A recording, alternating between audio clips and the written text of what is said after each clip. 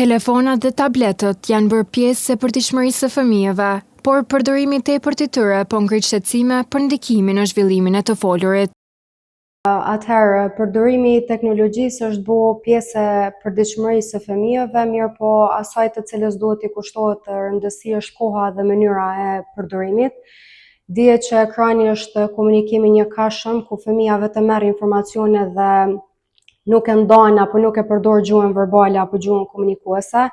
Prandaj në momentin kur zavendësohen komunikimet me bashkëmoshatarët, me anëtarët e tjerë të familjes me përdorimin e ekranit, dihet që do të shkaktohen vonesa në të folur, vonesa në gjuhën e folur dhe në komunikim. Shenjat e para të vonesës në të folur janë ato që prindërit duhet i vërin me kohë dhe të kushtojnë vëmendje. Konsulta logopedike apo këshillimi logopedik është i nevojshëm në momentin kur fëmia shmang kontaktin me sy, kur fëmia deri në moshën 1 vjet, 1 vjet e gjys nuk ka reaksione vokale, kur fëmia deri në moshën 2 vjeçare nuk shpreh për nevojat e veta bazike dhe nuk i merr udhëzimet bazë. Kur fëmia injoron kontaktin me bashkëmoshatarët, kur fëmia nuk inicion biseda me anëtarët e tjerë të familjes apo me bashkëmoshatarët në kopshte. E në rast të reduktimit të përdorimit të telefonit, fëmia mund të ketë përmirësime.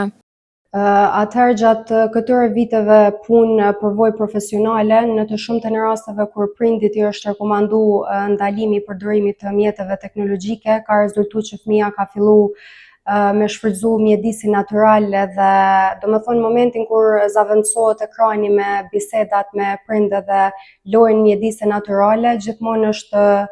raportuar që fëmia ka filluar me përdor gjuhën e folur, ka filluar me inicu biseda ose të paktën me qenë më interesuar për me përdor gjuhën komunikuese e jo vetëm u ekspozu ndaj ekraneve, ndaj tableteve.